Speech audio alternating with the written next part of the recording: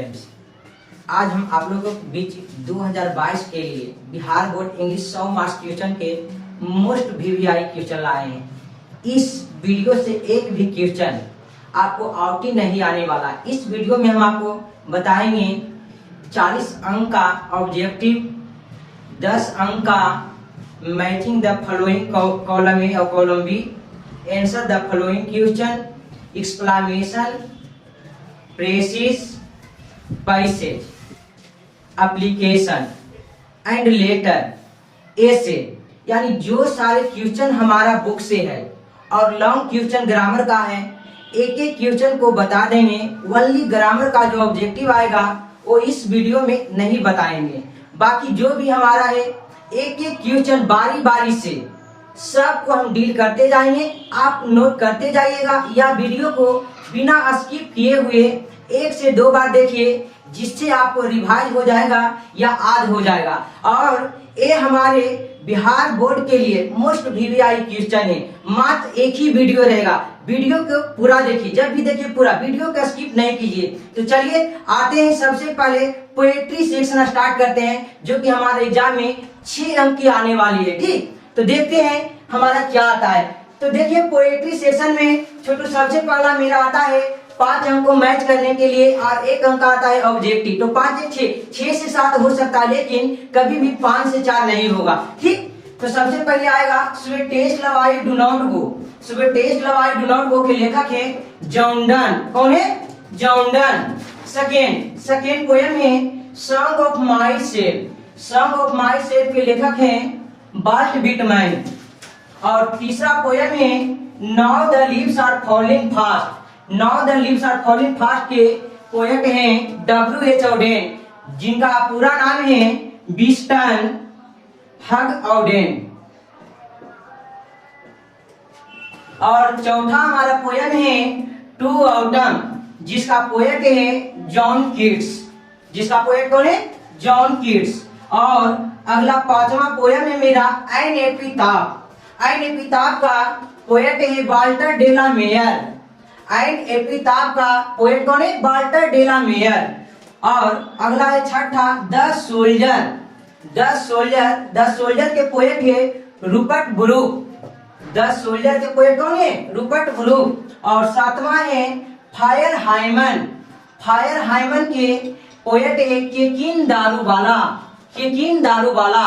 केकिन दारूबाला का पूरा नाम है केकी नसरबंजी।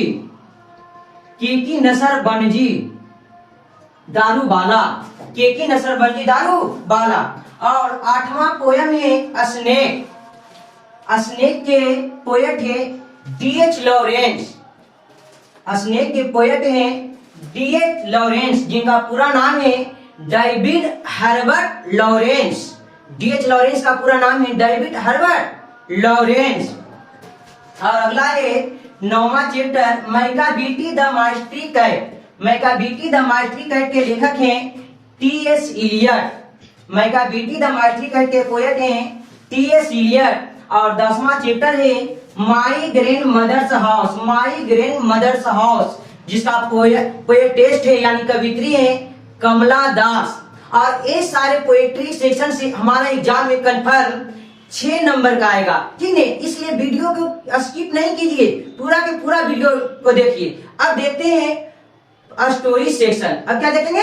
Story section. चलिए चलते हैं स्टोरी सेक्शन की। चलिए अब जानते हैं story section.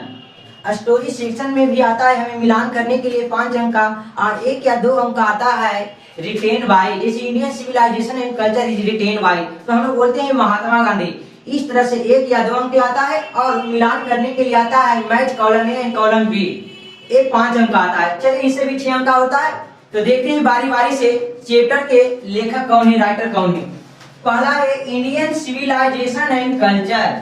Indian civilisation and culture, जिसका राइटर है Mahatma Gandhi. Indian civilisation and culture के लेखक कौन है? महात्मा गांधी।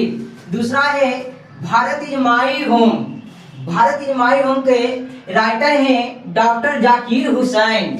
डॉक्टर जाकिर हुसैन। और तीसरा है a pinch of snuff. A pinch of snuff के राइटर हैं मनोहर माल गोनकर। मनोहर माल गौनकर। और चौथा है I have a dream. I have a dream के राइटर है Martin Luther king. J are का मतलब होता है जूनियर। जे आर का मतलब क्या होता है? जूनियर। और पांचवा है ideas that have help Mankind, जिसका राइटर है Bertrand Russell. Ideas that have help Mankind के राइटर है बर्ट्रांड रसेल। उसके बाद छठा चैप्टर है द आर्टिस्ट। द आर्टिस्ट के राइटर है सीगा नोवा। और सातवां है द अर्थ। द अर्थ के राइटर है एची बेट्स का पूरा नाम है हर्बर्ट अर्नेस्ट बेस्ट। और आठवां है ए चाइल्ड इज बॉर्न के राइटर है जर्मैन ग्रीर। और नौवां है India through a travellers eyes, जिसका राइटर है पियर एस बक। और 10वां है how free is the press, जिसका राइटर है ड्रोथी एल सेयर्स। और 11वां है ए मैरिज प्रपोजल, जिसका राइटर है एंटन चेकोव।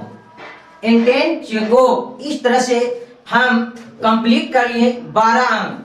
अब हम जानते हैं कि स्टोरी ऑफ इंग्लिश से कौन कौन सा ऐसा ऑब्जेक्टिव है, यानी राइटर का नाम है जो एग्जाम के लिए मोस्ट वीवीआई है। क्योंकि टाइम को हम गंवाएंगे नहीं, ओनली जो मोस्ट वीवीआई रहेगा क्वेश्चन उसी को हम बताएंगे और उसी को आपको लिखकर जाना है, या डिस्क्रिप्शन में हमारा पीडीएफ रहेगा 1 पेज का, उस पेज को निकाल लीजिएगा साइबर कैफ से और उसके बाद पढ़ लेना है।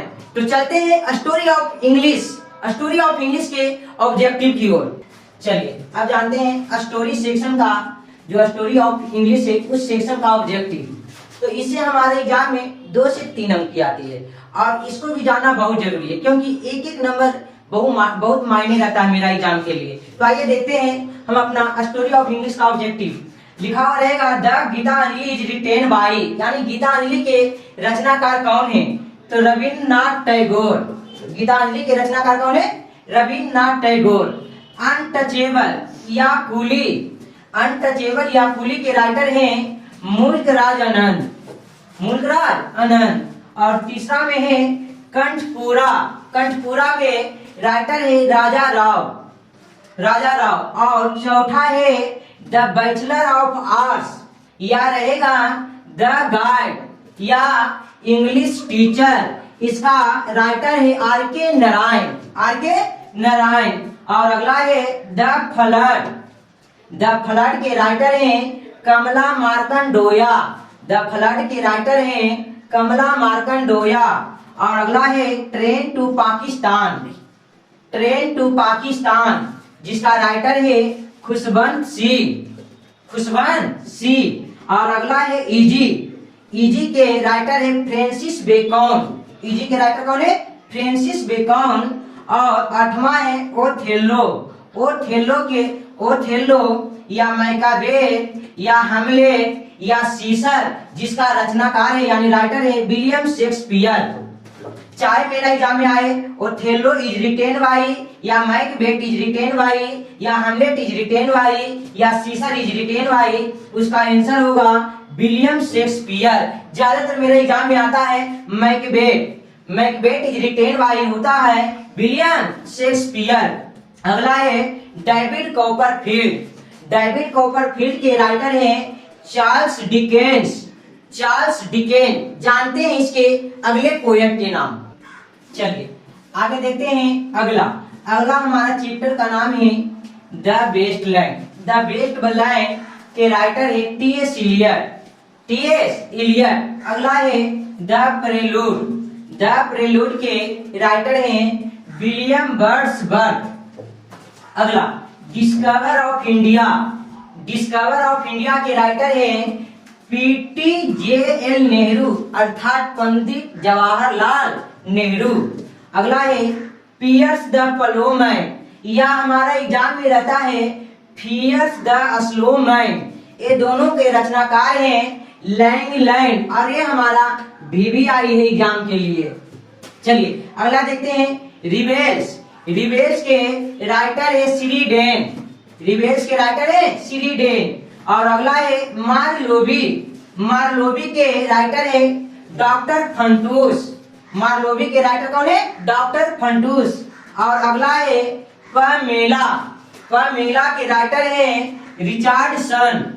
रिचार्डसन। और अगला है इन मेमोरियल। ये भी मेरा VVI है। और इन मेमोरियल के राइटर है अल्फ्रेड जेनिसन। इन मेमोरियल के राइटर है अल्फ्रेड जेनिसन। और अगला है चित्रा। चित्रा के राइटर है रविंद्रनाथ टैगोर। चित्रा का राइटर कौन है? रविंद्रनाथ टैगोर। और अगला है द शैडो। द शैडो के राइटर है अमिताभ घोष। अमिताभ घोष। अगला है the God of small things. The God of small things के राइटर है अरुंधति रॉय। अरुंधति रॉय। तो स्टोरी ऑफ इंग्लिश से टोटल हमारा आता है 3 मार्क्स, और 3 मार्क्स में 1 मार्क्स इससे भी ज्यादा क्वेश्चन नहीं आएगा, इसलिए इसे सावधानी पूर्वक से 1 या 2 बार वीडियो देखिए या लिख कर याद कर लीजिएगा। चलिए चलते हैं अगले टॉपिक की ओर। चलिए अब हम लोग जानते हैं 40 मार्क्स का ऑब्जेक्टिव, यानी 40 अंक का ऑब्जेक्टिव जो हमारे एग्जाम में आता है, उसको हम चैप्टर बाय चैप्टर बारी से डील करेंगे, बारी बारी से। ठीक, तो चलिए देखते हैं। सबसे पहला नंबर पोएट्री सेक्शन का पहला चैप्टर, जिसका नाम है sweetest love I do not go. Sweetest love I do not go के पोएट है जॉन डन। ये तो आप जानते हैं, sweetest love I do not go के पोएट कौन है? John done. और यह जो लिखे हैं जॉन डन ने कविता 1611 ईस्वी में, जब यह जा रहे थे जर्मनी नवल में भर्ती होने के लिए, तब उनकी एक प्रेमिका थी जिसका नाम था एन मोर। उसे जाने से मना करती है और डरती है कि घटना उनके साथ कोई भी घट सकता है, क्योंकि इंग्लैंड में इनका जन्म हुआ है और जाना है जर्मनी। तो इस बात को लेकर एन मोर डरी हुई थी और जाने से मना करती थी। तो उसी को समझाते हुए यह कविता लिखे थे sweetest love I do not गो। कब लिखे थे? 1611 ईस्वी में। किसने लिखे थे? जॉन डन लिखे थे। जॉन डन का जन्म हुआ है 1572 में और इनका मृत्यु हुआ है 1631 में। याद रहेगा कि भूल जाइएगा? कमेंट कीजिएगा। जॉन डन का जन्म कब हुआ? 1572 में और मृत्यु हुआ 1631 में, और कविता लिखी 1611 ईस्वी में। इनकी प्रेमिका का नाम क्या है? कमेंट कीजिए। एन मोर। क्या नाम है? N more. He was a metaphysical poet, यानी जॉन डन एक मेटाफिजिकल पोएट थे। ये VVI है, ठीक है? कह रहा है जॉन डन वाज ए खाली स्थान पोएट, यानी metaphysical poet. He belongs Catholic religion. Religion का मतलब होता है धर्म, यानी जॉन डन का जन्म हुआ था कैथोलिक धर्म में, और कैथोलिक धर्म में हुआ था तो वह कैथोलिक धर्म से ही संबंध रखते थे, और कैथोलिक धर्म में होने के कारण उन्हें ऑक्सफोर्ड यूनिवर्सिटी से बिना किसी डिग्री के, विदाउट ए डिग्री, बिना किसी डिग्री के बलपूर्वक निकाल दिया गया था। ठीक, चलिए आगे। कह रहा ही वाज वेल नोन, वह प्रसिद्ध हुए। किससे हुए? सॉन्ग्स एंड सोनेट से। सॉन्ग्स एंड सोनेट से। इसके अलावा वह लिखते थे, अस्टेयर लिखते थे, इल्गिज लिखते थे और सेरमोन्स भी लिखते थे, लेकिन सबसे ज्यादा फेमस वह हुए थे सॉन्ग्स एंड सोनेट के लिए। तो सॉन्ग्स तो आप लोग जानते हैं, लेकिन सोनेट नहीं जानते हैं। सोनेट किसे कहते हैं? जानते हैं? जानते हैं तो कमेंट कीजिए। देखिए 14 लाइन की कविता को, 14 लाइन की कविता को सोनेट कहते हैं। सोनेट में कितने लाइन होती है? 14 लाइन। और सोनेट को डिवाइड किया गया है 2 भागों में, एक फर्स्ट स्टैंजा और दूसरी सेकेंड स्टैंजा। और फर्स्ट स्टैंजा जो होती है 8 लाइन की। कितने लाइन की होती है? 8 लाइन की, जिसे हम लोग बोलते हैं ऑक्टेव। क्या बोलते हैं? ऑक्टेव। और सेकेंड स्टैंजा जो होती है 6 लाइन की, और 6 लाइन की स्टैंजा को हम लोग बोलते हैं सेस्टेट। सोनेट समझ में आया? कहेंगे सोनेट हैज लाइन्स, तो बोलेंगे 14 लाइन्स, यानी 14 लाइन की कविता को हम लोग बोलेंगे सोनेट। ये भी मेरा VVI है एग्जाम के लिए। चलिए आगे देखते हैं। He goes on a journey. He goes on a journey, वह एक यात्रा पर जा रहे थे फॉर जर्मनी। जर्मनी जा रहे थे। कहां जा रहे थे? Germany. In participate in Naval Naval में भर्ती होने के लिए, नौसेना में भर्ती होने के लिए कहाँ जा रहे थे? जर्मनी जा रहे थे। करा ही गोट सेक्रेटली मैरिंग, उन्होंने सेक्रेटली मैरिंग किए। कौन मैरिंग किए? Secretly marrying his patrons nice, अपने आश्रयदाता की भतीजी, अपने आश्रयदाता की भतीजी, जिसका नाम क्या था? And more. ठीक, चलिए आगे देखते हैं। करा Easter night the sun bent hands, Easter night the sun bent hands and O how feeble is my power is taken from, यानी किस लाइन की कविता है? तो किस लाइन की कविता जानते हैं? इसका आंसर हो जाएगा sweetest love I do not गो, या रहेगा रिटेन बाई। तो रिटेन बाई यह लाइन किसने लिखे? जॉर्डन। इस चैप्टर का एक भी ऑब्जेक्टिव एक्स्ट्रा नहीं आएगा, बिल्कुल जो भी ऑब्जेक्टिव आएगा 2 या 3 अंक का सब इसी से आएगा, और इसे आपको कंप्लीट कर लेना है, चाहे सुन करके या लिख करके, लेकिन हर हाल में इसे याद कर लेना। चलते हैं अगले चैप्टर की ओर। चलिए अब देखते हैं पोएट्री सेक्शन का सेकेंड चैप्टर, जिसका नाम है song of myself. Song of my self जो लिखा गया है वाल्ट विटमैन। जब वाल्ट विटमैन 37 इयर्स के थे तब इन्होंने एक कविता लिखे थे, और वाल्ट विटमैन का जन्म हुआ है 1819 में और मृत्यु हुआ है 1820 में, सॉरी 1892 में, 1892 में। चलिए आगे देखते हैं। इन्होंने कहेंगे इनका he was an American poet, he was an American poet, यह एक अमेरिकन पोएट है। He worked as a carpenter, इन्होंने कारपेंटर के काम किए हैं बिफोर हिज 12th बर्थडे, 12 वर्षों तक। इनके पिताजी एक कारपेंटर थी, और कारपेंटर रहने के कारण वाल्ट विटमैन ने 12 वर्षों तक कारपेंटर के भी काम किए। चलिए आगे देखते हैं। He worked as a volunteer, उन्होंने एक वॉलंटियर के काम किए during civil war, during civil war, civil war के दौरान। और सिविल वार कहाँ हुआ है? अमेरिका में। जब अमेरिका में सिविल वार हो रही थी तब वाल्ट विटमैन ने वॉलंटियर के काम किए थे। आगे ही रोट ड्रम टैक्स, उन्होंने एक ड्रम टैक्स लिखे। कब लिखे? 1866 में। ये मोस्ट वीवीआई है कि ड्रम्स टैक्स इज रिटेन इन, तो कब लिखा गया? 1866 ईस्वी में। किसने लिखे? वाल्ट विटमैन ने लिखे। किसने लिखे? वाल्ट विटमैन ने लिखे। ठीक, उसके अलावा लिखे थे लीव्स ऑफ ग्रास, इन्होंने एक और बुक लिखे थे leaves of grass, leaves of grass. कहेगा लीव्स ऑफ ग्रास क्या है? What is leaves of grass? 2 number क्या आएगा? तो लीव्स ऑफ ग्रास को बोलेंगे it is a collection of poetry, it is a collection of poetry, it is a collection of poetry. Leaves of grass क्या है? It is a collection of poetry, कविताओं का संग्रह है। इसमें शुरुआत में 12 कविते थे, और अंतिम इनका जब प्रकाशित हुआ एडिशन आया तो उसमें 400 कविताएं थे। चलिए आगे देखते हैं। My tongue every atom of my blood dot dot dot I now 37 years old in perfect health begin dot dot dot hoping to seize not till death, या रहेगा I her word for good or bad is taken from, यानी किस कविता की लाइन है? तो इसका आंसर हो जाएगा सॉन्ग ऑफ माई सेल्फ। ये मेरा रहेगा, इसमें से कोई भी लाइन रह सकता है, चाहे ये रहे आपका my tongue every atom of my blood, या रहे I am now 37 years old in perfect health begin, या फिर रहे hoping to seize not till death, या फिर रहे I harbor for good or bad is taken from। तो इस सभी का आंसर हो जाएगा सॉन्ग ऑफ माई सेल्फ। चलिए देखते हैं अगले चैप्टर की ओर। चलिए देखते हैं अब थर्ड चैप्टर पोएट्री सेक्शन का, जिसका नाम है now the leaves are falling fast. Now the leaves are falling fast, जिसका पोएट है W.H. Auden।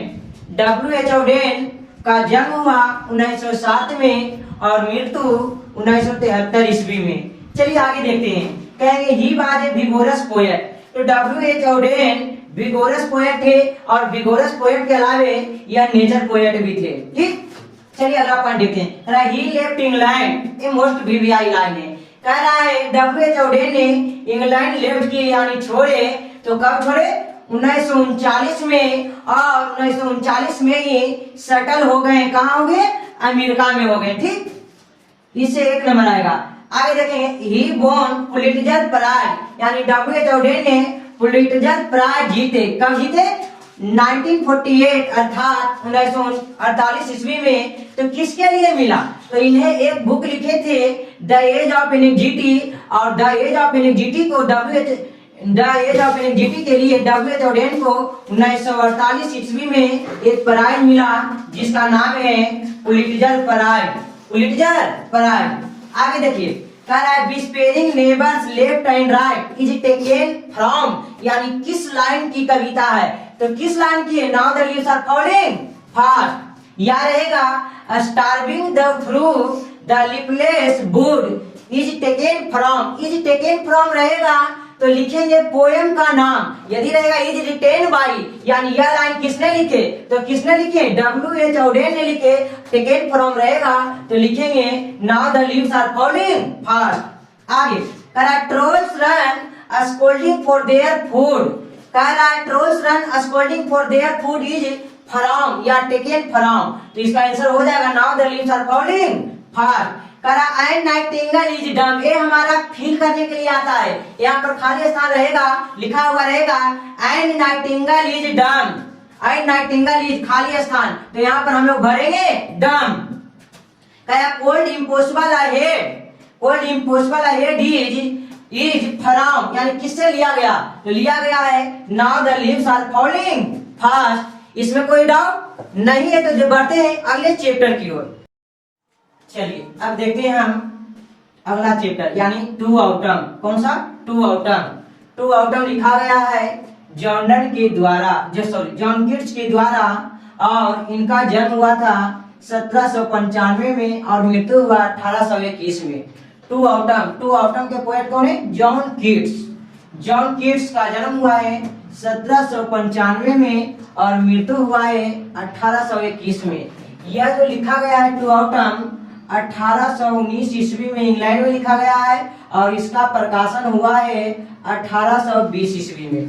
ठीक है, चलिए अगला पॉइंट कह रहा है ही was a romantic poet. He was a romantic poet, यानी जॉन कीट्स एक रोमांटिक पोएट थे। कैसे थे? रोमांटिक। एगो इंडिमियन एक बुक का नाम है। इंडिमियन क्या है?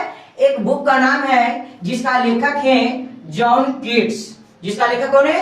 John Keats. और कह रहा इंडिमियन इज अप्रिशिएटेड बाय वर्ड्सवर्थ। कह रहा इंडिमियन लिखा गया है जॉन कीट्स के द्वारा, लेकिन इसका जो बड़ाई किया गया है, सराहना किया गया है वर्ड्सवर्थ के द्वारा। चलिए अगला पॉइंट कह रहा है he likes to read mythology, यानी जॉन कीट्स माइथोलॉजी पढ़ना पसंद करते थे। चलिए अगला पॉइंट कह रहा season of mist and mellow fruitfulness, ये हमारा आता है फिल इन द ब्लैंक में। लिखा हुआ रहेगा छोटो सीजन ऑफ मिस्ट एंड मेलो, खाली स्थान यहाँ पर रहेगा तो यहाँ पर हम लोग भरेंगे फ्रूटफुलनेस। क्या भरेंगे? फ्रूटफुलनेस। चलिए यहाँ पर रह सकता है season of mist and mellow fruitfulness is from या टेकन फ्रॉम, तो लिखाएगा टू ऑटम, लेकिन रहेगा इज रिटेन बाय, यानी किसने लिखे इस लाइन को? तो जॉन कीट्स ने लिखे हैं। ठीक, अगला line to swell the gourd and plump the hazel shells is from, यानी किस कविता की लाइन है? तो लिया गया है टू ऑटम से। कहां से? To autumn. Thee sitting careless on a granary floor. ठीक, तो एक कहेगा इज फ्रॉम, यानी किस कविता की लाइन है? तो यह है टू ऑटम का। किसका है? To autumn. उसके बाद देखिए थाउ बाचेस the last oozing hours by hours, ये मेरा भरने के लिए आता है। ठीक, तो यहाँ पर लिखा हुआ आपको रहेगा थाउ बाचेस द लास्ट ओजिंग्स, तो क्या भरेंगे? Hours by hours. चलिए अगला पॉइंट कह रहा है where are the song of spring is from, किस कविता की लाइन है? किस कविता की लाइन है? तो हमारा आंसर हो जाएगा टू ऑटम। क्या हो जाएगा? To autumn. इस चैप्टर में कोई डाउट नहीं? डाउट है तो बढ़ते हैं अगले चैप्टर की ओर। चलिए अब देखते हैं 5वां चैप्टर जिसका नाम है एन एपिटाफ। एन एपिटाफ के राइटर हैं वाल्टर डे ला मेयर। कौन है? Walter de la Mare. Walter de la Mare का पूरा नाम है Walter John de la Mare और इनका जन्म हुआ है 1873 ईस्वी में और मृत्यु हुआ है छोटू 1956 ईस्वी में। ठीक है, इसमें कोई डाउट? चलिए अगला पॉइंट देखते हैं। कह रहा है he was a children poet, यानी वाल्टर डे ला मेयर एक चिल्ड्रेन पोएट थे। आगे he got James tight award in 1921, उन्हें 1921 ईस्वी में जेम्स टाइट नामक अवार्ड मिला। ठीक, उसके बाद कार्नेगी मेडल भी मिला। कब मिला? 1947 ईस्वी में। कहेगा जेम्स टाइट अवार्ड उनको कब मिला? तो 1921 ईस्वी में मिला है, और कार्नेगी मेडल मिला है 1947 ईस्वी में। ठीक, चलिए अगला point. He lost his father in 4 years old and move his family to London, यानी वाल्टर डे ला मेयर के पिता की मृत्यु उस समय हुई जब वाल्टर डे ला मेयर मात्र 4 वर्ष के थे। कितने वर्ष के थे? 4 वर्ष के। और अपने पिता की मृत्यु के बाद वह अपनी पूरी फैमिली के साथ Walter de la Mare London चले गए। कहाँ चले गए? लंदन चले गए। चलिए अगला पॉइंट देखते हैं। करा queen Elizabeth second honoured him with the order of merit. कह रहा है क्वीन एलिजाबेथ सेकेंड ने ऑर्डर ऑफ मेरिट के आधार पर, किसके आधार पर? ऑर्डर ऑफ मेरिट के आधार पर उन्हें सम्मानित किया। उन्हें क्या किया? सम्मानित किया। चलिए आगे। कह रहा है here light a most beautiful lady is taken from, यानी किससे लिया गया है? किससे लिया गया था? किस चैप्टर से लिया गया है? ऐन किताब से लिया गया। किससे लिया गया? ऐन किताब से। अब देखिए अगला question, this lady of the best country, ये मेरा भरने के लिए आता है, लिखा हुआ रहेगा दिस लेडी ऑफ द खाली स्थान कंट्री, तो कौन कंट्री भरेंगे? Best country. इस चैप्टर में कोई डाउट नहीं है, तो चलते हैं अगले चैप्टर की ओर। चलिए देखते हैं छठा चैप्टर, जिसका नाम है द सोल्जर। जिसका नाम क्या है? The soldier. द सोल्जर लिखा गया है छोटू रूपर्ट ब्रूक के द्वारा। किसके द्वारा लिखा गया? रूपर्ट ब्रूक के द्वारा। और यह एक बार पोयम है, और यह जो सोल्जर है 14 लाइन की कविता है। कितने लाइन की? 14 लाइन की। और 14 लाइन की कविता को हम लोग सोनेट बोलते हैं। 14 लाइन की कविता क्या बोलेंगे? सोनेट बोलते हैं। ठीक, रूपर्ट ब्रूक का जन्म हुआ है 1887 में और मृत्यु हुआ है 1915 में। यदि आपको क्वेश्चन आ गया छोटू कि सोनेट में कितने लाइन होते हैं, how many lines in sonnet, sonnet में कितने लाइन होते हैं, तो बोलेंगे 14। ठीक, यानी 14। कहेंगे 14 लाइन की कविता को क्या बोलते हैं? सोनेट बोलते हैं। और सोनेट को डिवाइड किया गया है 2 भागों में, एक फर्स्ट स्टैंजा और दूसरा सेकेंड स्टैंजा। फर्स्ट स्टैंजा होती है 8 लाइन की, जिसे हम लोग बोलते हैं ऑक्टेव, और सेकेंड स्टैंजा होती है 6 लाइन की, जिसे हम लोग बोलते हैं सेस्टेट। क्या बोलते हैं? सेस्टेट। चलिए अगला पॉइंट। W.B. Yeats सेड, यानी W.B. Yeats ने कहा Rupert Brooke handsomest young man in England, यानी W.B. Yeats ने रूपर्ट ब्रूक को इंग्लैंड का सबसे सुंदर युवा कहे थे। कब कहे थे? 1914 से 15 के बीच ईस्वी में। ठीक, क्योंकि उस समय बहुत सुंदर थे। कौन? Rupert Brooke. तो W.B. Yeats ने बोले थे कि रूपर्ट ब्रूक इंग्लैंड का सबसे सुंदर युवा है। यहाँ पर हम जानते हैं डिग्री में कि हैंडसम का डिग्री होता है सुपरलेटिव, मोस्ट हैंडसम, लेकिन पहले के जमाना में ओल्ड इंग्लिश भी चलता था, तो ये हमारे मॉडर्न इंग्लिश की ग्रामर गलत है, लेकिन ओल्ड इंग्लिश की ग्रामर हम गलत नहीं कर सकते हैं। ठीक, चलिए आगे। कराए if I should die is taken from, यानी किस लाइन की कविता की इफ आई शुड डाई किस लाइन से लिया गया? किस कविता की लाइन है? तो लिया गया है बाबू द सोल्जर से। किससे लिया गया है? द सोल्जर से। अगला लाइन कह रहा है in that rich earth a richer dust concealed, ये मेरा भरने के लिए लाइन आता है, लिखा हुआ आपको रहेगा Chhotu in that rich earth a richer dust तो क्या भरेंगे? कॉन्सील्ड। क्या भरेंगे? कॉन्सील्ड। चलिए सही है। अगला a dust whom England bore shaped made aware, यानी इज फ्रॉम किस लाइन की कविता है? किस लाइन की कविता है? तो बताइए, सॉरी, किस कविता की लाइन है, तो ये है द सोल्जर। अगला करा in heart at peace under an English heaven, ये भरने के लिए आता है हमारा खाली स्थान में, लिखा हुआ रहेगा in heart at peace under an खाली स्थान, तो क्या करेंगे इंग्लिश हेवन।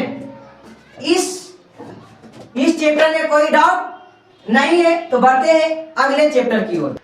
चलिए देखते हैं सातवां चैप्टर का नाम है Macavity the mystery cat के पोएट हैं टी.एस. इलियट, जिनका जन्म हुआ है 1888 ईस्वी में और मृत्यु हुआ है 1965 ईस्वी में।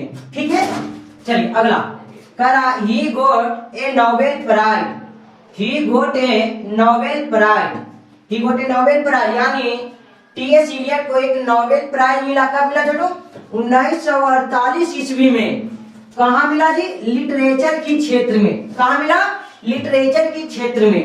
आगे माइका बीटी इज एन, यहाँ पर ध्यान दीजिएगा, हमारा आता भरने के लिए लिखा हुआ रहेगा माइका बीटी इज एन, तो भरेंगे आउटला एंड मास्टर क्रिमिनल, लेकिन भरने के लिए ओनली यही रहेगा, लिखा हुआ रहेगा माइका बीटी इज एन, तो क्या भरेंगे आउटला, क्योंकि औ का मेरा आउट, तो आर से उच्चारण हो रहा है, इसका वोवेल साउंड हो रहा है, और किसी भी हिंदी के वोवेल साउंड के पहले क्या लगता है? एन लगता है। यदि दे देगा माइका बीटी इज ए, तो लिखेंगे मास्टर क्रिमिनल। क्या लिखेंगे? Master criminal. आगे करा Mungojerrie and Griddlebone are also two cats, यानी मंजोजरी और ग्रीडल बोन दो बिल्लियां थी। क्या थी? बिल्लियां थी। ये भी हमारा भरने के लिए आता है एग्जाम में, लिखा हुआ रहेगा Mungojerrie and Griddlebones are also two खाली स्थान, क्या लिखेंगे? कैट्स। आगे छोड़ो, Macavity is the Napoleon of crime, यानी माइका बीटी को क्राइम की दुनिया का, क्राइम का क्षेत्र का नेपोलियन कहा जाता है। क्या कहा जाता है? नेपोलियन। ये मेरा वीवीआई पॉइंट है, ठीक, कि माइका बीटी को क्राइम की दुनिया का क्या बोला जाता है? नेपोलियन। आप लोग 10वां में सुने होंगे इसका नाम। करा अगला point, Macavity is a mystery cat, he is called the hidden paw, जिसे हिडन पाव कहा जाता है, यानी Macavity is called the hidden paw. ठीक, आगे Macavity there's no one like Macavity is from, किससे लिया गया है? किस कविता की लाइन है? तो इसका आंसर हो जाएगा Macavity the mystery cat. आगे छोटू करा Macavity is a ginger cat, he is very tall and thin. ये मेरा भरने के लिए एग्जाम में आता है कि माइका बीटी इज वेरी, क्या बनाएगा? Toll and thin. ठीक, और देखिए अगला पॉइंट करा हिज हेड इज हाईली डोमेड, ये भी मेरा भरने के लिए आता है, लिखा हुआ रहेगा हिज हेड इज हाईली खाली स्थान, तो क्या भरेंगे? डोमेड भरेंगे, यानी माइका बीटी का जो सर था, सिर, वह गुंबज की तरह गोल था। ठीक, इस चैप्टर में आपको कोई डाउट? चलिए हम समझते हैं नहीं डाउट है, तो बढ़ते हैं अगले चैप्टर की ओर। चलिए अब हम लोग पढ़ने जा रहे हैं 8वां चैप्टर, जिसका नाम है फायर हाइमेन के पोएट है छोटू केकिन दारूबाला का पूरा नाम होता है केकी नसर बनजी दारूबाला। इनका जन्म हुआ है 1937 ईस्वी में। अभी इनका मृत्यु नहीं हुआ है। ठीक, आगे करा ही वाज एन इंडियन पोएट, यानी केकिन दारूबाला एक इंडियन पोएट थे, एन आईपीएस ऑफिसर इन 1958, या वह 1958 ईस्वी में आईपीएस ऑफिसर भी बने। या कितने वर्ष की उम्र में बने? तो 21 वर्ष की उम्र में केकिन दारूबाला आईपीएस ऑफिसर भी बन गए थे। आईपीएस ऑफिसर का फुल फॉर्म होता है इंडियन पुलिस सर्विस।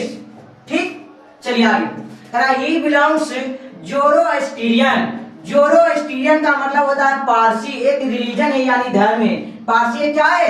धर्म है। कहेगा कि केकिन दारूबाला बिलोंग्स टू ए रिलीजन, तो ऑप्शन में रहेगा जोरोस्ट्रियन, तो जोरोस्ट्रियन लिखेंगे, और यदि जोरोस्ट्रियन नहीं रहेगा तो क्या लिखेंगे, पारसी। चलिए अगला पॉइंट कह रहा है ही वाज अवार्डेड द साहित्य अकादमी, ही वाज अवार्डेड साहित्य अकादमी अवार्ड इन 1984 कह रहा है कि केकिन दारूबाला को कौन सा अवार्ड मिला, साहित्य अकादमी अवार्ड से सम्मानित किया गया। कब किया गया, 1984 ईस्वी में। कब किया गया, 1984 ईस्वी में। और ये हमारा एग्जाम के लिए मोस्ट वीवीआई पॉइंट है कि केकिन दारूबाला अवार्डेड साहित्य अकादमी इन, यानी कब सम्मानित किए गए, तो 1984 ईस्वी में। चलिए आगे करा, हिज फादर यानी केकिन दारूबाला के पिता वाज एक प्रोफेसर थे ऑफ गवर्नमेंट कॉलेज लाहौर के गवर्नमेंट कॉलेज के प्रोफेसर थे। कौन थे जी, केकिन दारूबाला के पिता थे। ठीक, तेरा 20 इम्बर्स ए में आता भरने के लिए, 20 खाली स्थान, embers glowing their cruel redness. ठीक है, I swore the save fire from the scene of forgetfulness, ए भी मेरा आता है फिल इन द ब्लैंक में, यानी भरने के लिए आता है। करा the nearest tower of silence बाजे 1000 माइल, करा केकिन दारूबाला के घर के जो नजदीक टावर था उसका दूरी था 1000 माइल। एक क्वेश्चन में आता है कि the nearest tower of silence बाज खाली स्थान, आपका ऑप्शन में रहेगा 100, 1000, तो मारेंगे क्या चीज मारेंगे, 1000 माइल्स। ठीक, इसमें कोई डाउट नहीं है, तो बढ़ते अगले चैप्टर की ओर। चलिए अब देखते हैं 9वां चैप्टर पोएट्री सेक्शन का, जिसका नाम है स्नेह। क्या नाम है, स्नेह। स्नेह के पोएट है जो D.H. लॉरेंस, और D.H. लॉरेंस का पूरा नाम है David Herbert Lawrence. David Herbert Lawrence. और D.H. लॉरेंस का जन्म हुआ है 1885 ईस्वी में और मृत्यु हुआ है 1930 ईस्वी में। और कहा he was a British poet, अर्थात कहने का मतलब D.H. लॉरेंस एक ब्रिटिश पोएट थे। कहा his father was a drunkard, उनके पिताजी एक ड्रंकर थे यानी शराबी थे। I came down with my teacher, भरने के लिए आता है, लिखा हुआ रहेगा कि D.H. Lawrence came down with माई, तो क्या भरेंगे, टीचर, यानी वो घड़ा लेकर नीचे उतरे थे। करा है I like a second comer waiting, और लेखक सेकेंड नंबर पर थे इसीलिए वह वेट कर रहे थे, इंतजार कर रहे थे। एंड लुक्ड एट मी भैगुली, और जो साफ था उन्हें अस्पष्ट रूप से दिखाई दिया, यानी भैगुली दिखाई दिया, ये भी भरने किया था। चलिए आगे, on the Sicily July with Etna smoking, कह रहा है सिसली में जुलाई के महीने में एटना नामक के लावा निकल रहा था, यानी बहुत गर्मी पड़ रही थी। कौन महीना में, जुलाई के महीना में। किस महीना में जी, जुलाई के महीना में। आगे देखिए, कह रहा है आई पिक्ड कलमसी लव, मैंने पिक्ड किया, कौन लोग को जी, कलमसी लव को पिक्ड किया। कौन लोग के, कलमसी लव को। ठीक है, कलमसी मेरा भरने के लिए आता है। कह रहा है उसके बाद आई थॉट अल्बाट्रोस, कह रहा है मैंने उसके बाद अल्बाट्रोस के बारे में सोचा, विचार किया। ठीक है, चलिए अब देखते हैं लास्ट लाइन। कह रहा the my education said to me he must be kill is from, यानी किस लाइन की कविता है, तो किस लाइन की है, स्नेह की है। किस लाइन की है, स्नेह की। इसमें कोई डाउट नहीं, डाउट है तो बढ़ते हैं अगले चैप्टर की ओर। चलिए देखते हैं अब पोएट्री सेक्शन का लास्ट चैप्टर, जिसका नाम है माई ग्रैंड मदर हाउस, जिसका लेखिका है यानी कवित्री है कमला दास। और कमला दास का जन्म हुआ है 1934 ईस्वी में और मृत्यु हुआ है 2004 ईस्वी में, 2004 ईस्वी में। चलिए करा सी वाज एन इंडियन पोएटेस्ट, यानी कमला दास एक इंडियन पोएटेस्ट थे। क्या थे? इंडियन पोएटेस्ट। पोएटेस्ट मतलब कवित्री। ये मेरा वीवीआई पॉइंट है, ठीक, नोट कर लीजिएगा। करा सी नोट इंग्लिश एंड मलयालम, वह दो भाषा जानते थे, पहला इंग्लिश और दूसरा मलयालम। चलिए अगला, शी गोट नोबेल प्राइज, और कमला दास नोबेल प्राइज प्राप्त किए। ठीक, आगे, there is a house now far away where once I receive love. अब बताइए, इज फ्रॉम रहेगा, इज फ्रॉम यानी किस कविता की लाइन है? तो क्या हुआ? My grandmother's house that woman died, that woman died, the house withered into silence, snakes moved. ये मेरा वीवीआई लाइन है, ठीक, लिखा हुआ रहेगा कि the house withered into silence, snake moved, is from या टेकन फ्रॉम यानी किस कविता की लाइन है? तो यह मेरा है माई ग्रैंड मदर्स हाउस। लेकिन स्नेक के देखते हुए लोग इसे मार देते हैं स्नेक चैप्टर, तो स्नेक मेरा क्या हो जाएगा? गलत। स्नेक मूव्ड का प्रयोग किसी भी स्नेक चैप्टर में नहीं है, बल्कि स्नेक मूव्ड का प्रयोग ओनली एक ही जगह पूरा कविता में है, माई ग्रैंड मदर्स हाउस। ठीक, भूलिएगा नहीं। करा dog you can not believe darling, यानी कहते हैं you can not believe darling. Darling या जो बोलते हैं कमला दास अपने हस्बैंड को बोलते हैं, और उनका हस्बैंड का नाम था मधवा दास, वह एक बैंक ऑफिसर भी थे। तो वह जो कविता यह लिखते हैं कमला दास अपने पति को सुनाते हुए कि मैं ऐसी घर में रहती थी जहां पर एक खौफनाक कुत्ता भी रहता था दरवाजे के पीछे। करा बाई प्राउड, मुझे उस घर पर गर्व था, एंड लव, और मैं उस घर से प्यार करती थी, आई हु हैव लॉस्ट, मैं उस घर को खो दिया, त्याग दिया, अब वह मेरे पास नहीं है। ठीक है, तो लिखा हुआ रहेगा कि you can not believe darling, you can not believe darling is from, यानी किस चैप्टर से लिया गया है? तो माय ग्रैंड मदर हाउस। कमला दास ने किससे बोले कि you can not believe darling? तो आंसर हो जाएगा हर हस्बैंड, उनका हस्बैंड का नाम है मधवा दास। मधवा दास यह एक बैंक ऑफिसर थे। ठीक, समझ में आया?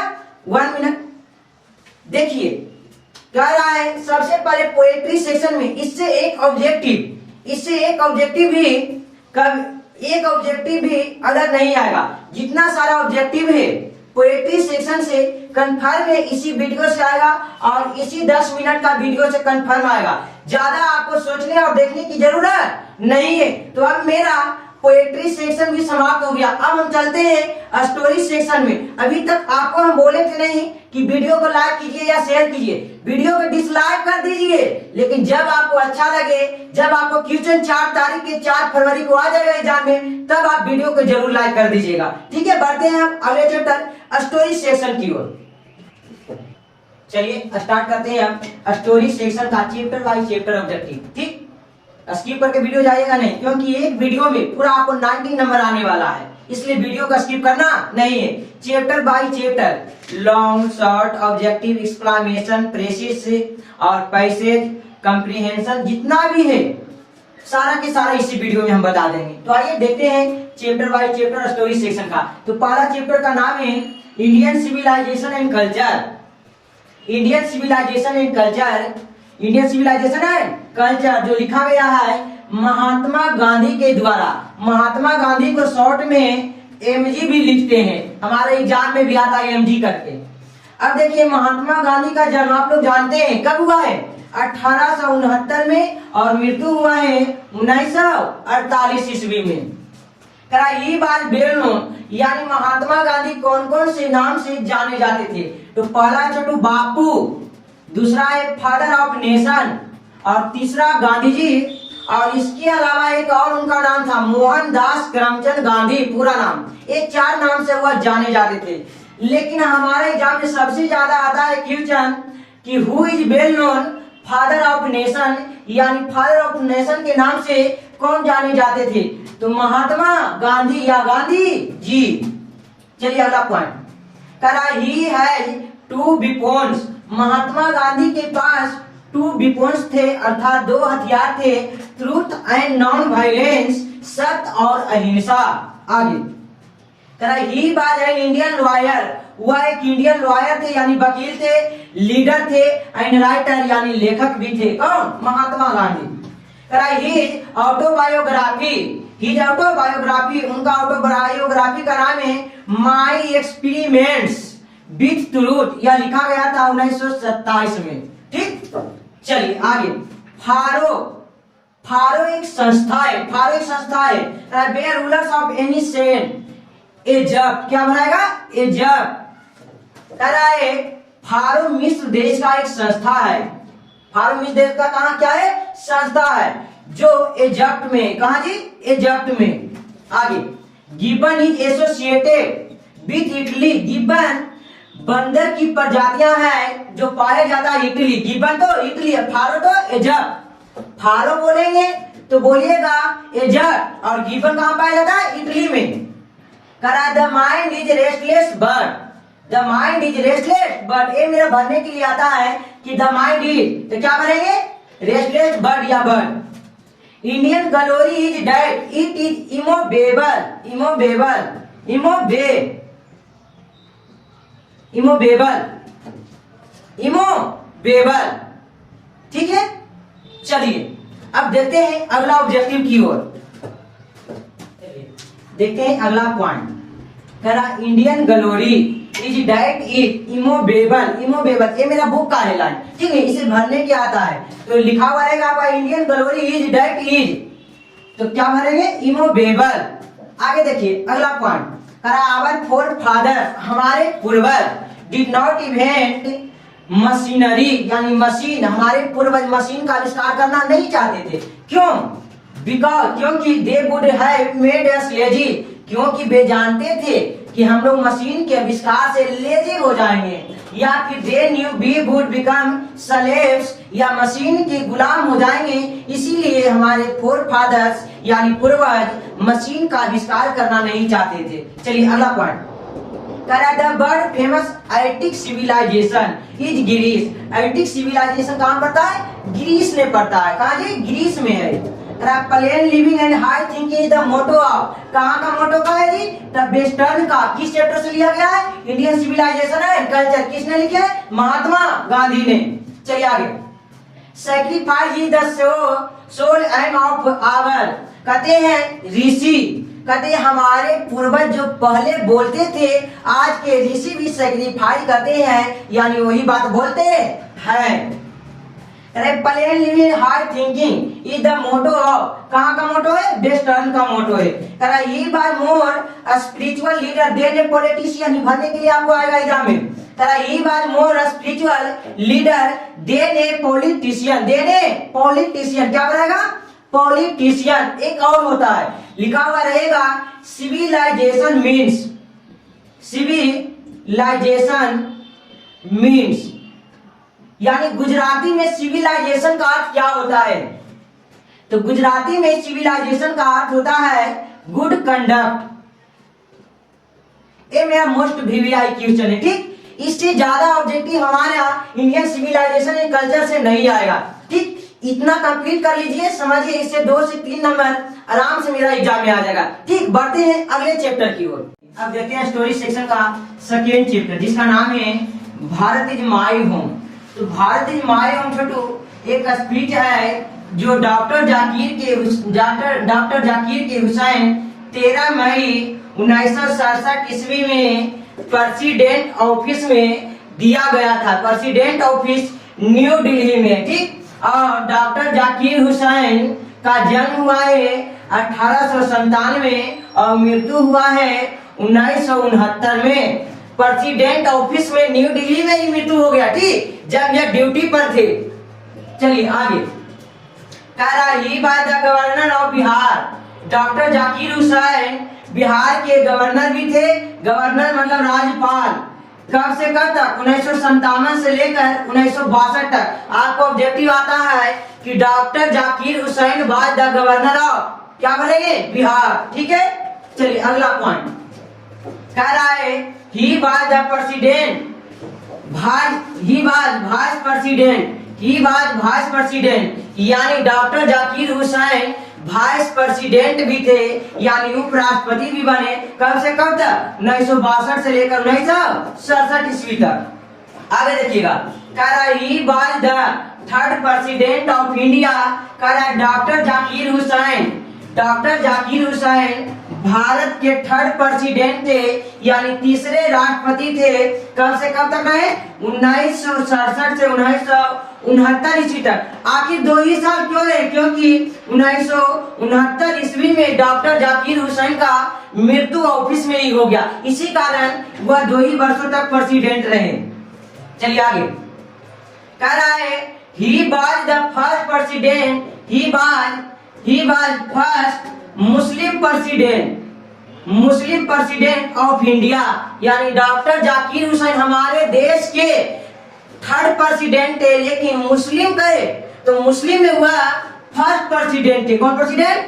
First Muslim president of India. चलिए आगे, doctor Zakir Hussain took the oath as the president, यानी डॉक्टर जाकिर हुसैन ने प्रेसिडेंट यानी राष्ट्रपति का शपथ ग्रहण किए। अगला पॉइंट कह रहा है education is the prime instrument of nation building. कह रहा है एजुकेशन जो है हमारे देश के समाज को, राज्य को आगे बढ़ाने वाला सबसे मुख्य इंस्ट्रूमेंट है, यानी औजार है। यह भरने के लिए मेरा आता है एग्जाम में, ठीक याद रखिएगा। Doctor Zakir Hussain said that, यानी डॉक्टर जाकिर हुसैन ने कहे Bharat is my home and its people are my family. कहेगा who said Bharat is my home and its people are my family. किसने बोले जी? डॉक्टर जाकिर हुसैन ने। आगे कह रहा है ही गोट भारत रत्न अवार्ड इन 1963। कह रहा डॉक्टर जाकिर हुसैन को 1963 ईस्वी में भारत रत्न अवार्ड से सम्मानित किया गया, यानी वह प्राप्त भी किए। कौन अवार्ड? भारत रत्न अवार्ड, ठीक है। कब प्राप्त किए? 1963 ईस्वी में, ठीक है। चलते हैं इसका अगला पॉइंट देखते हैं। चलिए देखिए अगला point, doctor Zakir Hussain entered the office of the president in a spirit of, ये मेरा बुक का लाइन है, ठीक है।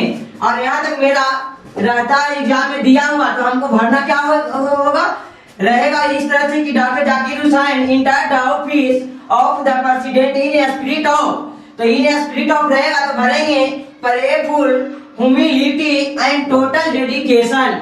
क्या भरेंगे? स्पिरिट ऑफ रहेगा लास्ट में, तो भरेंगे prayerful humility and total dedication. देख लीजिएगा ध्यान से, जिस लाइन में रहेगा ए स्पिरिट ऑफ लास्ट में, उस लाइन में हम लोग भरेंगे prayerful humility and total dedication. चलिए अगला पॉइंट, डॉक्टर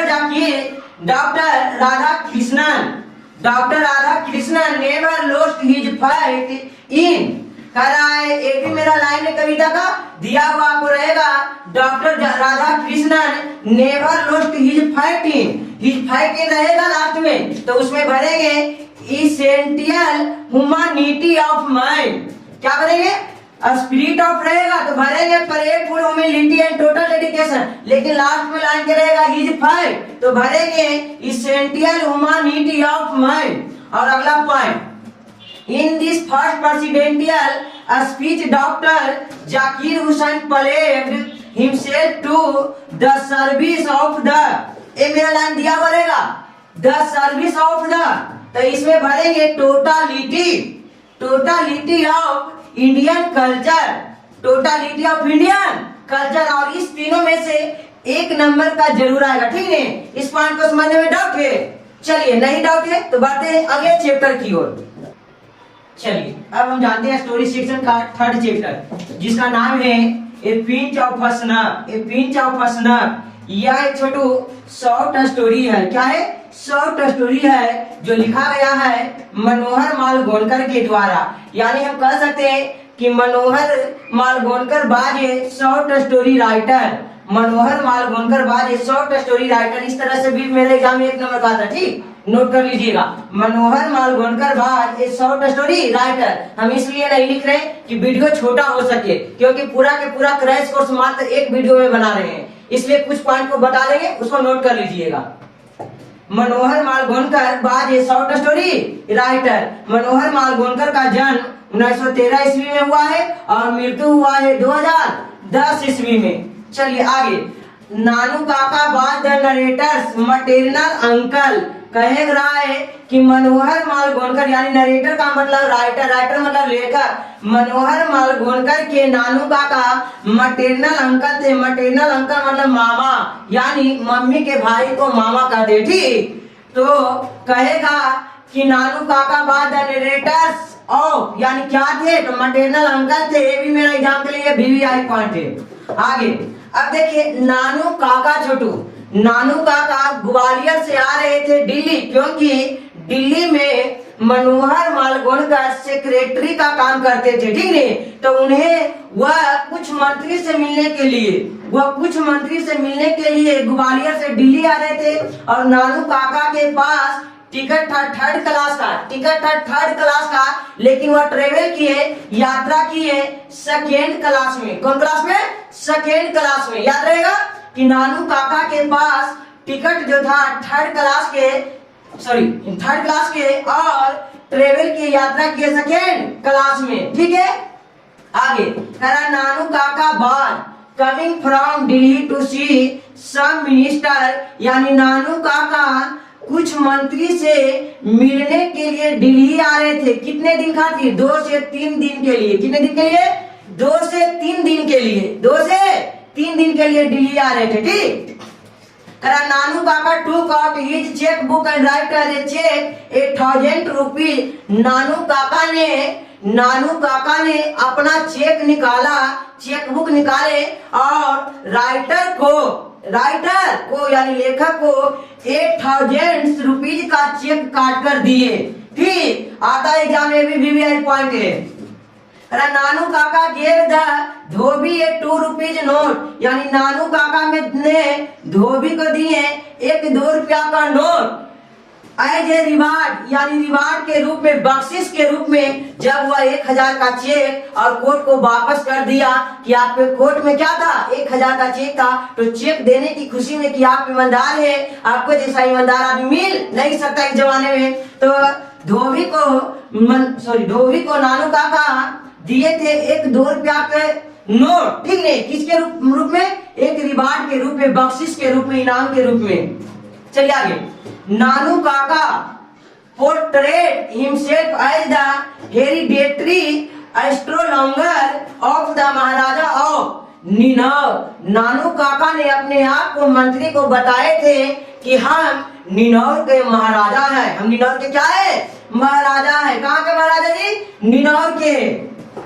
अब अगला पॉइंट करा Rati Ram was the son of Sohan Lal. Rati Ram जो था सोहन लाल रति राम का सन था। सन मतलब बेटा था। ठीक है, और सोहन लाल रति राम करा है पार्टी बोस थे। क्या थे जी? पार्टी बोस थे दिल्ली के। कहाँ के? दिल्ली के। नोट कर लीजिएगा, समझना यार। इसमें कोई डाउट है पॉइंट में? नहीं डाउट है तो बढ़ते हैं अगला चैप्टर की ओर। चलिए देखते हैं अब स्टोरी सेक्शन का चौथा चैप्टर, जिसका नाम है I have a dream. I have a dream Chhotu एक स्पीच है। क्या है जी? स्पीच है जो मार्टिन लूथर किंग जूनियर का मतलब जूनियर, का मतलब क्या होगा? जूनियर के द्वारा 28 अगस्त 1963 ईस्वी में 28 अगस्त 1963 ईस्वी में Lincoln memorial hall Washington DC America में दिया गया था। Lincoln memorial hall Washington DC America में दिया गया था। कब दिया गया था? 28 अगस्त 1963 ईस्वी में। ठीक, किसके द्वारा दिया गया? मार्टिन लूथर किंग जूनियर के द्वारा। अब इनका जन्म हुआ है 1929 ईस्वी में और इनका मृत्यु हुआ है 1968 ईस्वी में। ठीक है, आगे करा ही गोटे नोबेल प्राइज। कराए मार्टिन लूथर किंग जूनियर को एक नोबेल प्राइज मिला। कब मिला जी? 1964 ईस्वी में। कब मिला? 1964 ईस्वी में। करा ही बाजे नेग्रो, वह एक नेग्रो थे। ये मेरा वीवीआई पॉइंट है ठीक, कि Martin Luther King junior was a Negro and great orator, और एक ग्रेट ऑरेटर भी थे।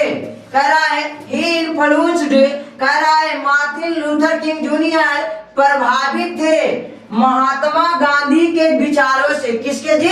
महात्मा गांधी के विचारों से वह प्रभावित थे, इन्फ्लुएंस्ड थे।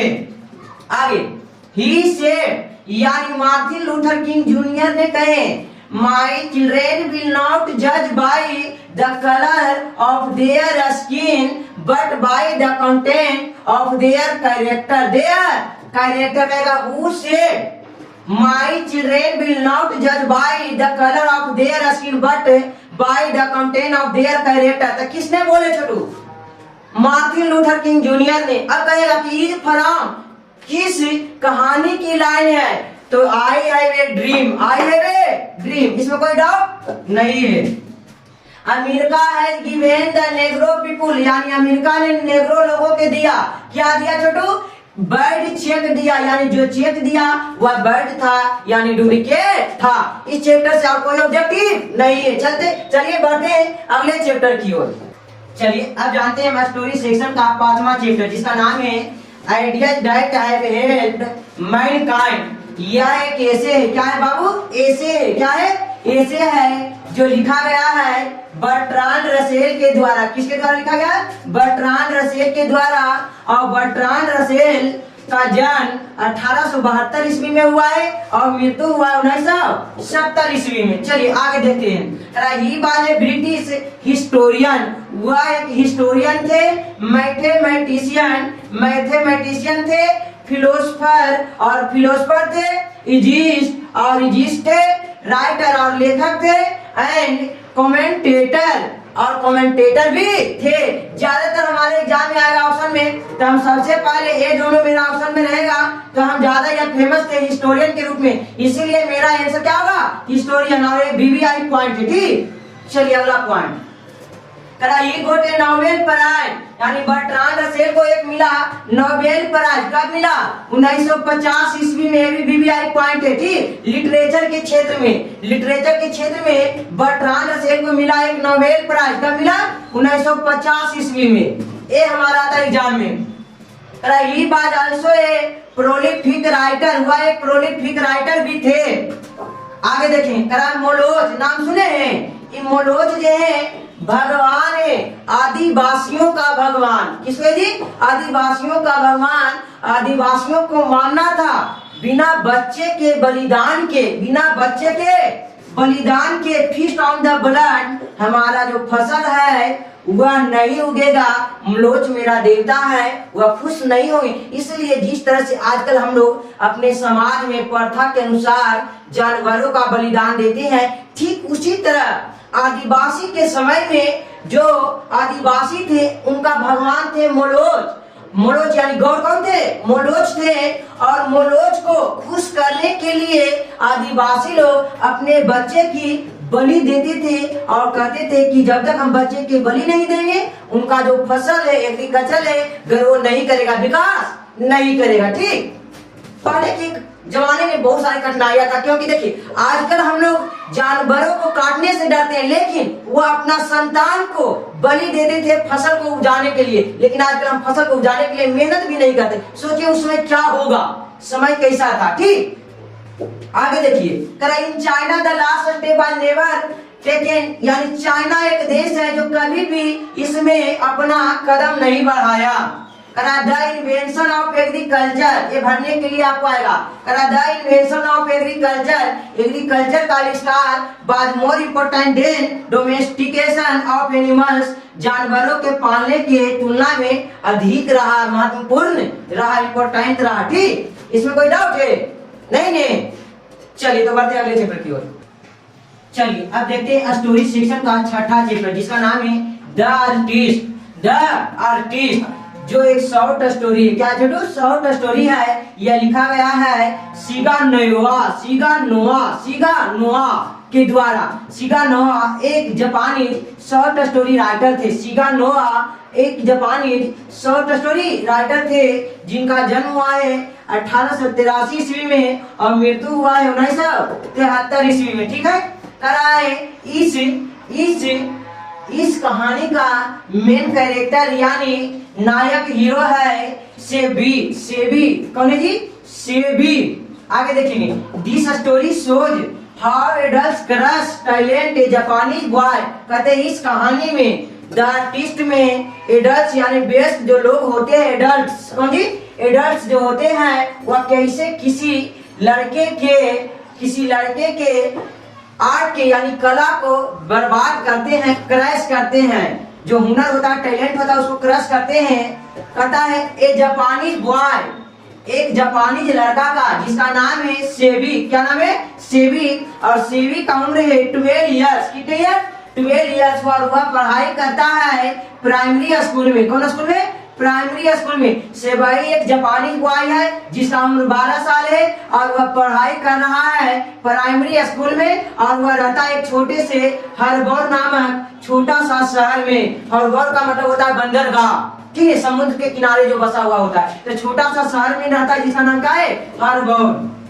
ही वाज एन आर्टिस्ट, वह एक कलाकार है, यानी सेवाई ये क्या है? कलाकार है। And his time in collecting gourds and patiently interest in gourds. कह रहा है वह अपने अधिकांशतः समय में, जो साइड का समय होता है उस समय में वह गर्ड को जमा करने में लगाता है। और सबसे ज्यादा उसका इंटरेस्ट जो है गर्ड को जमा करने में। गर्ड मतलब लौकी को जमा करने में। Sebi father worked at a carpenter shop. Sebi के पिताजी कारपेंटर शॉप पर काम करते थे। Sebi learn all the way laws because be relating mistake. सेवाई अपने गलती के कारण पूरी रास्ता हंसते हुए घर आया था। और सेवाई क्या हुआ छोटू कि सेवाई जब पढ़ रहा था उसका उम्र कितना था? 12 वर्ष था। तो 12 वर्ष की उम्र में क्या हुआ कि वह एक 5 इंच का लौकी खरीदा और उस लौकी को वह छोड़ता नहीं था। कितने इंच का? 5 इंच का पूरा के पूरा सुडल था। और इसको यह खरीदा था 10 सेन में। जापान का मुद्रा होता है एन, जिस तरह से हम लोगों का मुद्रा होता है रुपया और उससे छोटा मुद्रा होता है पैसा, उसी तरह से जापान का मुद्रा होता है एन और इसके छोटा होता है सेन। तो 5 इंच के लौकी को खरीदा एक दुकान से 10 सेन में और इसको पॉलिश कर रहा था स्कूल में। कहाँ कर रहा था? स्कूल में। तो एक टीचर पढ़ा रहे थे इथिक्स। कौन सा सब्जेक्ट? इथिक्स पढ़ा रहे थे। तो पढ़ाने के दौरान टीचर का नजर पड़ गया सेबी के ऊपर। और जब सेबी के ऊपर नजर पड़ गया तो सेबी को काफी मतलब जो बात था बुरा वो बोले, एकदम बैड बात बोले। और उसका कंप्लेन उसके मम्मी से किए। किसके? मम्मी से। और मम्मी करते करते मम्मी के जाने लगे टीचर और टीचर चले गए। उसके बाद आए उसके पिताजी और पिताजी आए तो सेवाई को बहुत पीटे। और 1 या 2 दिन बाद जो टीचर थे वह जो लौकी था गर्ड था 5 इंच का, उस लौकी को दे दिए अपने स्कूल का पोर्टर का मतलब होता है चपरासी। पोर्टर का मतलब क्या होता है? चपरासी। और चपरासी उस लौकी को एकदम जिसमें हम लोग रखते हैं भूसा वगैरह, कट्टू भूसा रखते हैं, उसी तरह से पोर्टर यानी चपरासी के घर में एक रूम था, अंधेरी रूम, और उस रूम में रख दिया। लेकिन महीना भर बीत जाने के बाद जो पोर्टर था, चपरासी था, उसके घर में आर्थिक कंडीशन गिर गई। और आर्थिक कंडीशन गिरने के कारण सोचा कि लौकी को चलते हैं कोई ऐसा दुकान में बेच देते हैं चित्र वाले में जिससे हमें कुछ रुपया का इनकम हो जाए। तो लौकी को बेचने गया तो दुकानदार ने बोला उस लौकी को मिलेगा 10 एन। क्या मिलेगा? 10 एन। तो चपरासी चालाक था, उस सोचा बेकार की चीजें है, यह 10 एन का बिक रहा है एन में, 10 सेन का बिक रहा है एन में। जैसे हम बोल सकते हैं 100 पैसा बराबर 1 रुपया, 100 पैसा बराबर क्या? 1 रुपया बोलते हैं। इसी तरह से 100 सेन बराबर बोल सकते हैं 1 एन। यानी इससे सोच लीजिए गुना कीजिए, 1000 ज्यादा हो गया इससे, ठीक है, 100 गुना ज्यादा। अब 10 एन में तो कहा नहीं, चपरासी जो पोर्टर था चला था, कहा नहीं इतना में हमको नहीं, बहुत कम आप दे रहे, कुछ और बढ़ा कर दीजिए। तो सीधे दुकानदार ने बोल दिया चलो तुझे हम देते हैं 50 एन। कितने? 50 एन।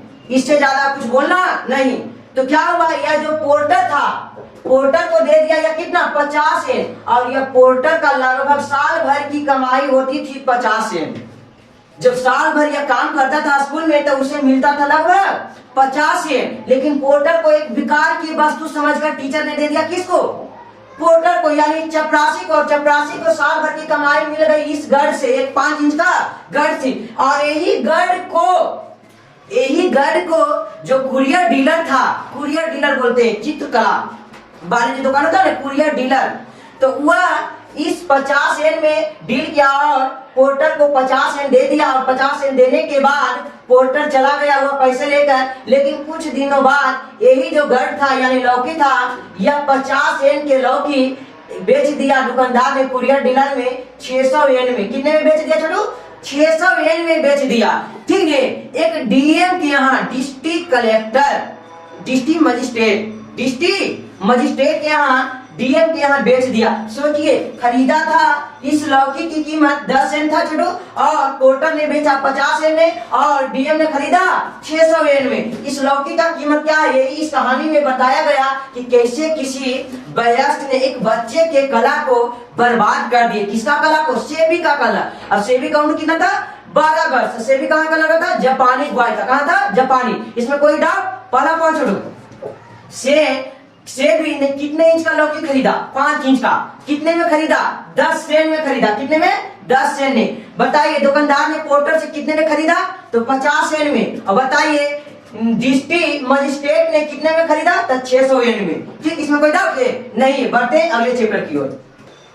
चलिए अब जानते हैं स्टोरी सेक्शन का 7वां चैप्टर, जिसका नाम है ए चाइल्ड इज बॉर्न। क्या नाम है Chhotu? A child is born. A child is born क्या है?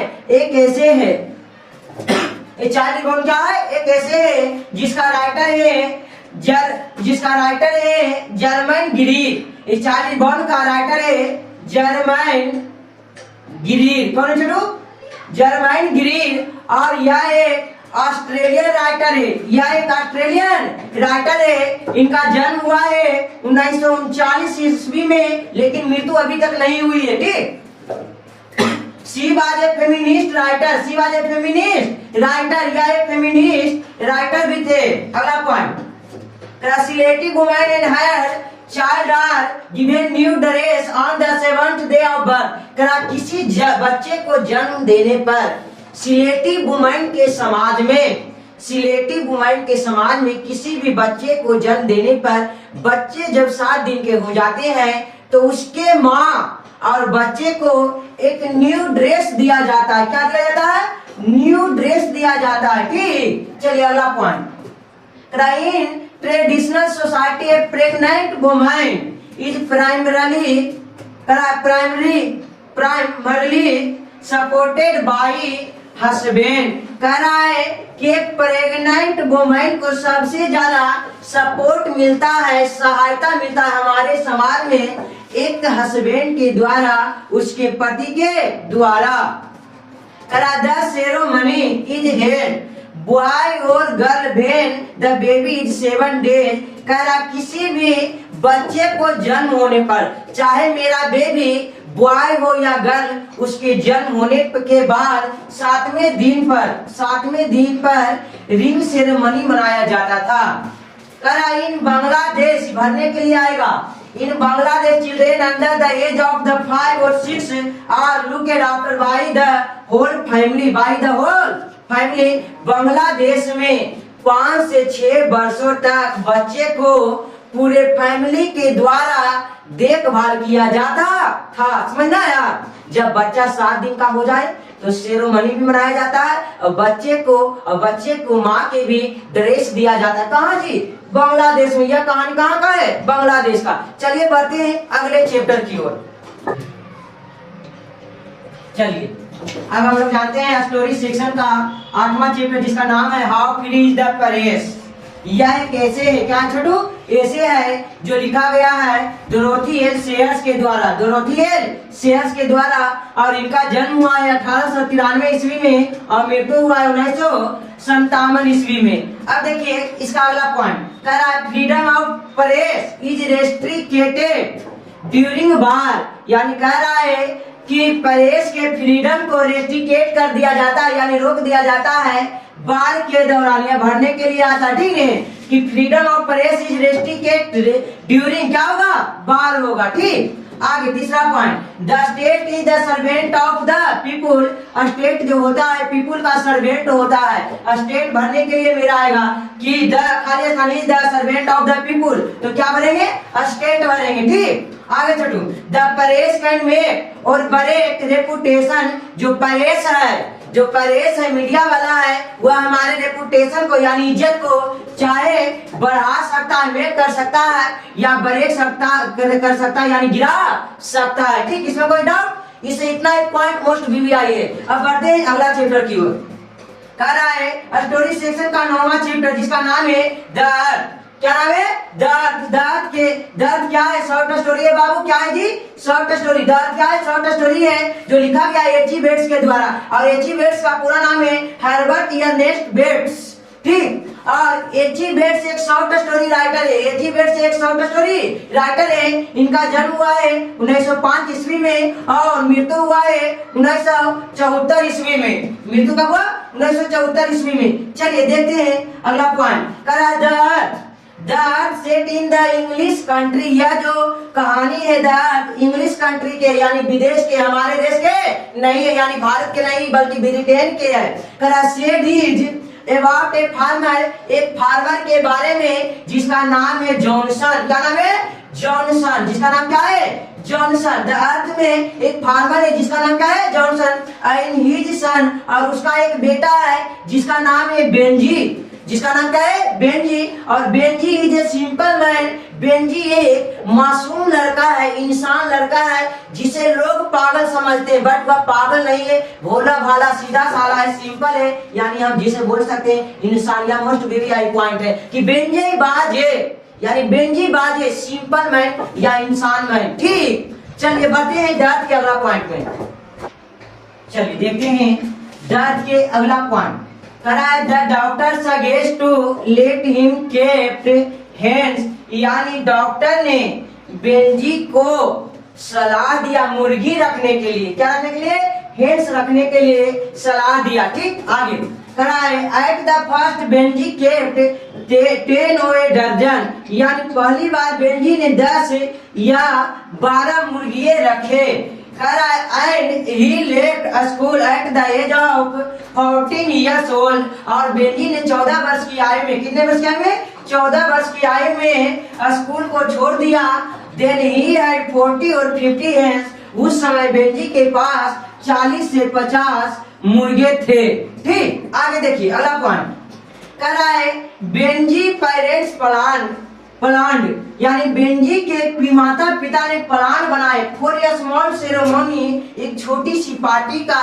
When he was 21 years old, जब वह 21 साल का हो गया, and gave him a passbook, और तब उसे एक पासबुक दे दिए, यानी बेंजी के माता पिता जब बेंजी हो गया कितने वर्ष के, 21 वर्ष के हो गया, तब उसके माता पिता बेंजी को एक पासबुक दिए। It had 230 pounds, इंग्लैंड का मुद्रा होता है छोटू पाउंड, क्या होता है, पाउंड। तो उस अकाउंट में पाउंड था कितना, 230 पाउंड था, ठीक है। और उस इसी से बेंजी ने 4 एकड़ जमीन, कितने एकड़, 4 एकड़ जमीन मिस्टर बिटमोर से ले लिया, बिटमोर, ठीक है।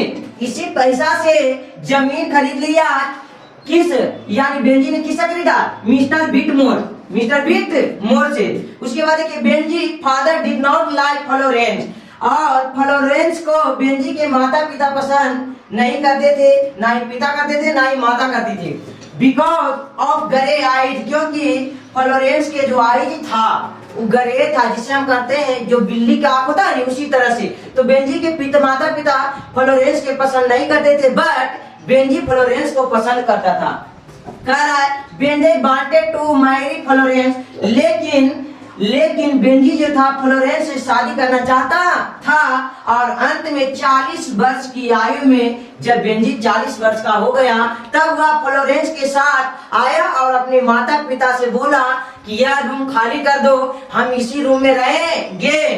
ठीक है, जिस समय से उसके माता पिता शुरू से ही उस रूम में रहते आ रहे थे उसी रूम को खाली करवा दिया शादी के बाद। अब देखिए आगे, पूरी कहानी नहीं बताएंगे क्योंकि हमारे पास उतना समय नहीं है। कह रहा है Johnson was a poor farmer, Johnson was a poor farmer, ये ऑब्जेक्टिव में आता है। Johnson was a poor farmer, he was the possession of 4 acres land, उसके पास 4 एकड़ भूमि थी। Sanders was the real owner of the land, और उस 4 एकड़ भूमि का रियल जो मालिक था वह सैंडर्स था, अर्थात जॉनसन जो थे वह किराए पर यह जमीन को लिए हुए थे और उस जमीन का मालिक कौन था? सैंडर्स। कौन था? सैंडर्स। इसमें कोई डाउट है? और एक चीज और है कि क्या हुआ कि बेंजी के पास धीरे धीरे बहुत सारा बिजनेस हो गया था अंडे का, और उस अंडे से फोर्ड यानी भैंस भी खरीदा, भैंस मतलब गाड़ी, और भैंस का मालिक भी बेंजय हो गया था। ठीक है, और अंत में यह अपने माता पिता को शहर, एक छोटे से शहर में छोड़ आया, तब उसका माँ का क्या हो गया था? मृत्यु हो गया था। ठीक है, इस चैप्टर में कोई डाउट नहीं है तो बढ़ते हैं अगले चैप्टर की ओर। चलिए अब देखते हैं स्टोरी सेक्शन का 10वां चैप्टर जिसका नाम है Indian through a travellers eyes.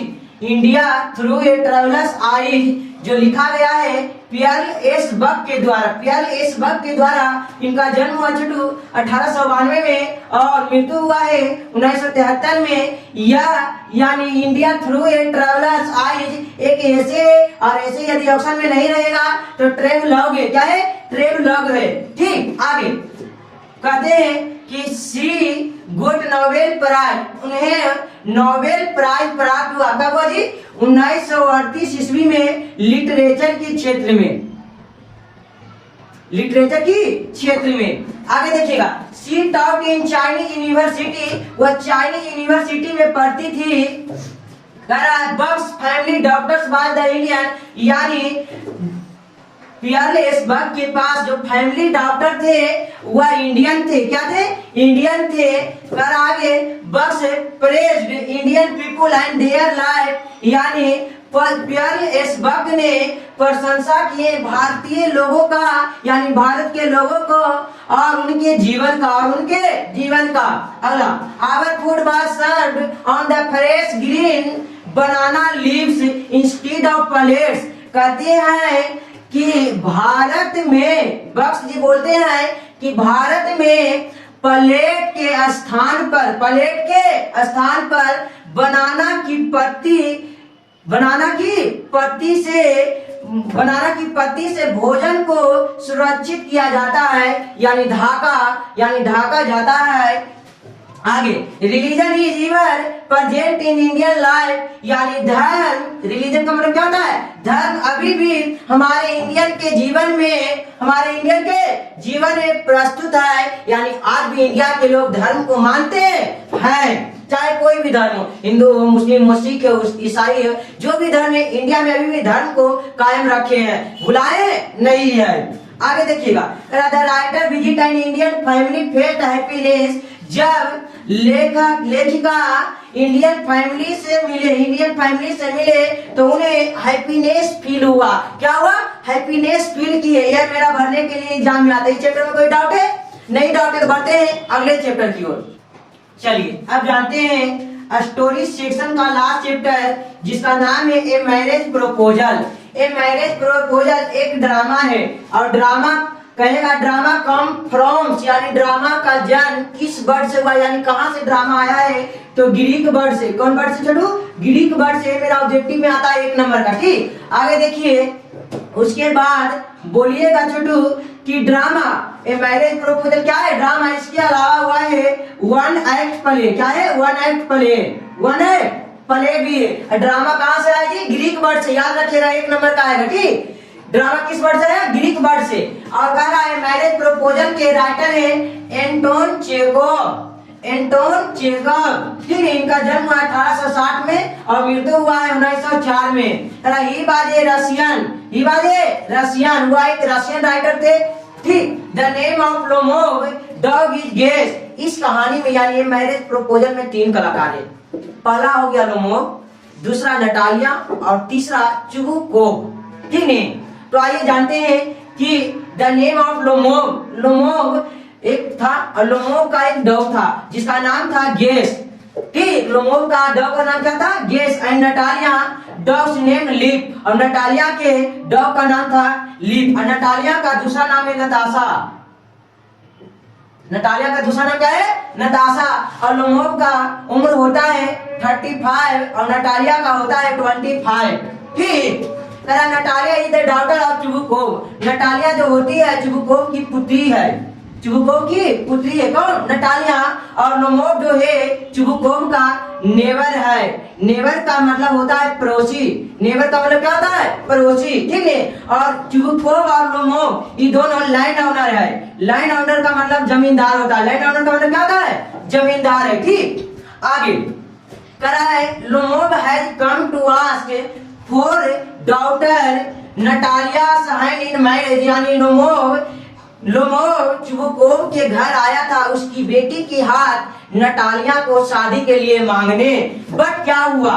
देखिए, Natalia and Lomov are quarrelling for Oxen Meadows. लेकिन नटालिया और लोमोव ऑक्समेडोज के लिए क्वारेलिंग करने लगे, यानी लड़ाई झगड़ा करने लगे। किसके लिए? ऑक्समेडोज के लिए। ऑक्समेडोज का मतलब होता है चारागाह, जानवर के खिलाने वाला जो घास होता है उसी को हम लोग बोलते हैं ऑक्समेडोज यानी चारागाह। इसी बात को लेकर क्या हुआ? लड़ाई होने लगा। ठीक, और यह मेरा लास्ट चैप्टर था। जो यहाँ तक वीडियो देखे उनको कंफर्म है 40 ऑब्जेक्टिव बुक के आता है, और बुक के अलावा इससे कोई भी एक ऑब्जेक्टिव बाहर नहीं आएगा।